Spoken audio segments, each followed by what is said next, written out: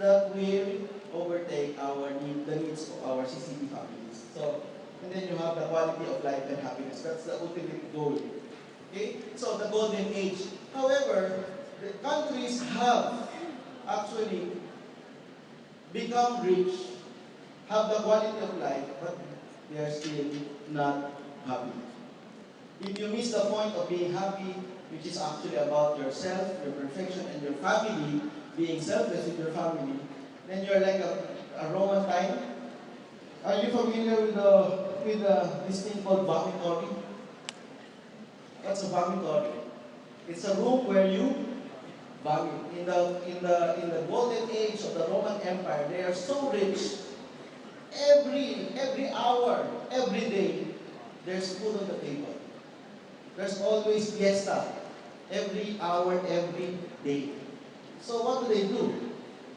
They want to consume, they want to be, satisfied with all the food, but they're already full. So what they will do is to go to the vomitory, tickle their throats with a feather or whatever, and then they will vomit, and now they are ready to be satisfied again. So that's not the point of happiness. The point of happiness being selfless and letting and making each other grow as a nation, so inclusive. So, models of understanding the economy. Well, I present you three frameworks: one man, economy as a household, economy as a family. But this will be very big because this is just a review of what you've learned from your second year economics class. But I am sure that you did not understand your GDP. Because I graduated Master of Science in Industrial Economics. And I started learning it after 3 years of teaching economics. Okay? So, it's okay that you don't understand GDP right now. So, you will understand it 5 years from now. So, okay. So, don't worry.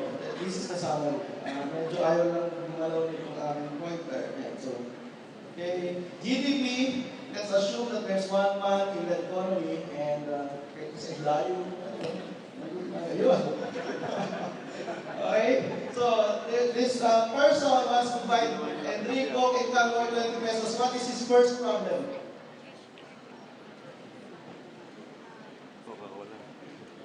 Since he's the only person in that particular country, he doesn't know where to buy that. And he doesn't have money to buy that. So, since he's the only person in that particular country, what will he do? He will become a producer. And by being a producer, then he will pay himself his labor, his idea, his house, rent his house, and then pay himself. After paying himself, he will get 20 pesos, and then he has produced 20 pesos, and then what will happen? What will happen is, there will be 20 pesos, production and firm revenue. So the question is, how much is the total GDP of this particular man? 20, 40, or 80? The GDP is total 20 pesos. That's why GDP is so powerful. That's why it took me 10 years to understand it, because it is the four sides of the same coin, if there's such a thing. Okay, so it's national consumption, national production, national employment, national income, all at the same time, approximately. So why approximately? Because it will get complicated when this man starts to trade with another man in another country. But suffice it to say, GDP is a measure of that. What's the meaning of the 5.6% growth second quarter GDP report? We've grown. No. So that 5.6% means that the national consumption, national production, and national income grew more or less by 5.6%. That's why in your financial models, you cannot do away with economics because you start with that assumption. What is your forecast for the revenue? Where do you peg it? What is your rediscount rate? They're all based on the analysis of GDP first more than anything else. Okay, so therefore, what are our numbers? To memorize these numbers, you will be famous in all Christmas party meetings, reunions, discussion. So what is the total GDP? 12.6 trillion pesos, or roughly $284 billion. Okay, we always here of 5.6%, 5.6%. But how much is actually our GDP? It's actually 12.6 trillion or $284 billion. But that is not the reason why we are the apple of the eye of the whole world. Not our GDP growth. It is driven by something else, and that something else is the net primary income. Forget about the rest of my slides, just concentrate on this slide.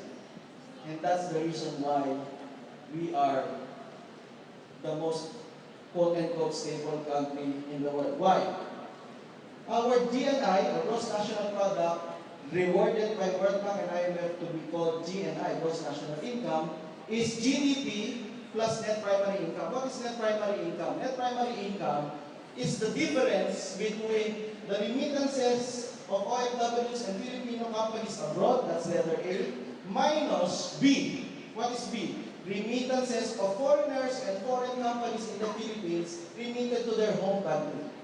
Question, which one is bigger, A or B in the Philippines? A. By how much? It's 2.6 trillion. 2.6 trillion as a percentage of gross domestic product, you are mathematical nerds here, that's how many percent? Roughly 20%. No country on this earth has a net primary income more than of this size, 20% to GDP. So what is the importance of that, sir? Well, even if your GDP contracted by 20%, next quarter, it will be shouldered or covered by the net primary income. Just like our parents from abroad remitting to us money every month, and then we're telling them, oh, we need more photocopying expenses, but you're actually drinking beer. No matter what you do, they will send money for your photocopying expenses. Correct? But of course, some of you are scholars. I was a scholar, so you have to earn your own photocopying expense. Okay? So that is the beauty of the Philippine economy. That size, the combination of $58 billion and 20% of GDP, net primary income, no country on this earth has that amount. Even if we are a very small country in this world, the total world GDP is 78,000 billion. So if you get $78 trillion, we are just a small dust in the world GDP. But in terms of primary income, net primary income, we are the superstar. We are the superstar. So, and let me present you some, the report. How small is the Philippines? Well, you have the USA, 17 trillion. Okay, and our country is $285 billion, $284 billion. Mind you, the defense budget of the United States to the war or activities in the Middle East and North Africa, Iraq, Iran, is roughly around $200 billion. No wonder that conflict or the presence of America will not just disappear on that area of the planet. Because it's just like taking away the size of the Philippine economy going back to the United States. So, okay. So, but take a look. Our population, that's why we will be the next superpower. Look at our population, it's 100 million. Okay. Singapore, of course, they are very rich. Look at the GDP per capita of Singapore, $82,000 in PPP dollars. How much is ours? 6,000? There's so much room for us to grow. Are we entering the golden age? If we compare ourselves with Singapore, we are on our way. It's just like texting your friend, you will have a meeting to Trinoma, and you are in Makati. And are you on your way to Trinoma? Yes, I'm on my way. I'm in Buendia. Okay? So, I will say that we are entering the golden age. We are on our way, but not far. Okay? Not far. Okay? So, and don't tell me that it's because of our population. That's why we are so far from the Golden Gate. No. Take a look at the people density per square kilometer the Philippines has 334 people per square kilometer. Look at Singapore. Singapore has 7,300 people per square kilometer. And look at their per capita GDP. Or, if you want, by the same argument, Mongolia would have been so rich because there are only 2 people per square kilometer. Ano ba ito? 2 people. Okay? So, okay, Greenland, you will be shocked with the World Bank data there. To go to the World Bank this website now. The people per square kilometer in Iceland, Greenland is 0. Okay, 0. Okay? Because there are only 53,000 people in Greenland. They are so rich. So, okay? So, anyway, the point is there's no relationship between people density and wealth. There's no relationship. I think I have 20 slides more. Okay? And IMF said, because of that, because of your population, because of population growth, you will be the next level. Where is Thailand in that list? There is no Thailand in that list. Why? Because the population of Thailand has really, the growth of population of Thailand has really gone down to unrecovered global rate. Okay? So, there's no Thailand there. Philippines is one of the next level. And if we ask HSBC, so according to HSBC, by 2050, we will be ranked number 16, from number 33, 36 to number 16 by 2050. So, why? What's fueling that? Well, population, our economy is 71% private consumption. The consumption of households. That is the bane and boon of the Philippine economy. Why? Whatever happens to the world, just like the global financial crisis, we are not so much affected. Why? Because we consume our own production. Okay, our exports went down. Okay, no problem. We send our friends to our COVID business. Okay, so no problem. What is the portion of the government? 10% for government consumption, and another, ouch, okay, yeah, there. Another 2.4% from the investment side. So if you total the impact of the government is around 12 to 13% of the total economy. So if you're going to be talking about election and why it will be Armageddon if we elect the wrong president, you're mistaken because government is just 13 to 14% of our total economy. So if you are going to blame the government for your destiny, blame government for only 13%. If you're so happy with what's happening in the economy, wow, W's, 5.6% GDP growth, thank the government for just 13%. Because much of this GDP was driven by us. So we are going to go up or go down because of us. Hindi yung sabi ni Sarah Geronimo na there was never. Alam nyo na? Pagkakita tayo na dito na. So, and then the food, much of that 70% is 43% food. So, what is for the other countries? For the other countries, it's around 20 to 30%. For the rich countries, 20 to 30% on food. So we know that we are entering the golden age. If we reduce our percentage of our budget from 100%, from 40% to 20%.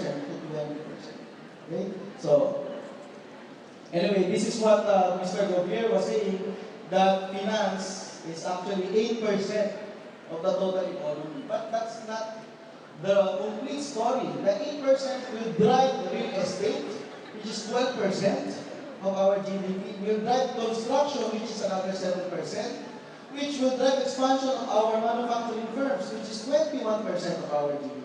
So, good financial analysis, good project evaluation is really at the core of our GDP growth.